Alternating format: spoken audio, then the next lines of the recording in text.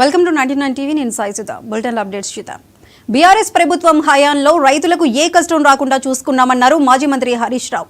Pharma కంపెనీల పేరుతో రైతుల భూములు లాక్కోవటాన్ని తీవ్రంగా ఖండిస్తున్నామన్నారు హరీష్ రావు.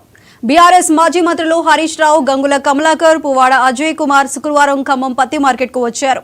ఈ సందర్భంగా పత్తి రైతులతో నేరుగా మాట్లాడి రైతుల ఇబ్బందులను అడిగి తెలుసుకున్నారు. అనంతరం హరీష్ రావు మీడియాతో మాట్లాడారు. బస్ తప్ప కాంగ్రెస్ హామీలన్నీ తుస్సేనని ఎద్దేవా చేశారు. మరి ఏమైంది? సిసిఐ కేంద్రాలు పెడితే ఎందుకు కొనడం లేదు అని అడుగుతా ఉన్నా. ఈ జిల్లా రిపోర్ట్ తీసుకుంటే సిసిఐలో కొన్నది తక్కువ, మార్కెట్లో వ్యాపారులు కొన్నది ఎక్కువ. సిసిఐ కేంద్రాల్లో అంటే మార్కెట్లో దాదాపు 15,000 మెట్రిక్ టన్నులు కొన్నారు, అంటే జిల్లా మొత్తం కలిపి.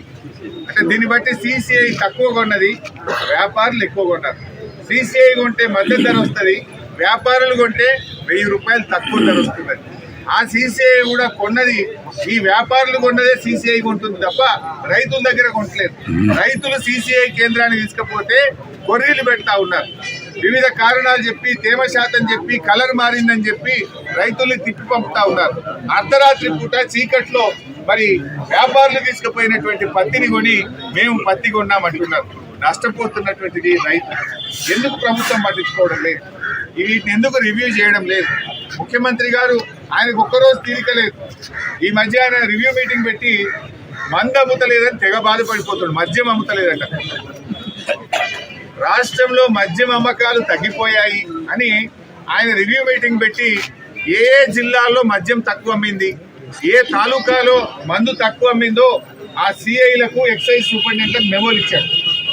ఆ అధికారులకు నోటీసులు పంపాడు. నువ్వు తక్కువ అమ్మినవు మందు పోయినసారి కంటే, మందు ఎక్కువ అమ్ము, బాగా తాగిచ్చు ప్రజల్ని అని ఛార్జ్ మెమోలు ఇస్తున్నాడు రేవంత్ రెడ్డి. మరి రైతులకు మద్దతు ధర వస్తలేదు, రైతుకు వడ్లు అమ్ముతలేవు, పత్తి అమ్ముతలేదు, మద్దతు ధర రాకపోతే మాత్రం ఎవరికి మెమోలు ఇస్తలేడు.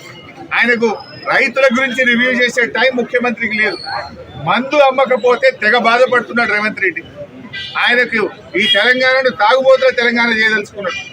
ఎక్సైజ్ అధికారులు తలలు పట్టుకున్నారు. మరి ఏమైంది? సిసిఐ కేంద్రాలు పెడితే ఎందుకు కొనడం లేదు అని అడుగుతా ఉన్నా.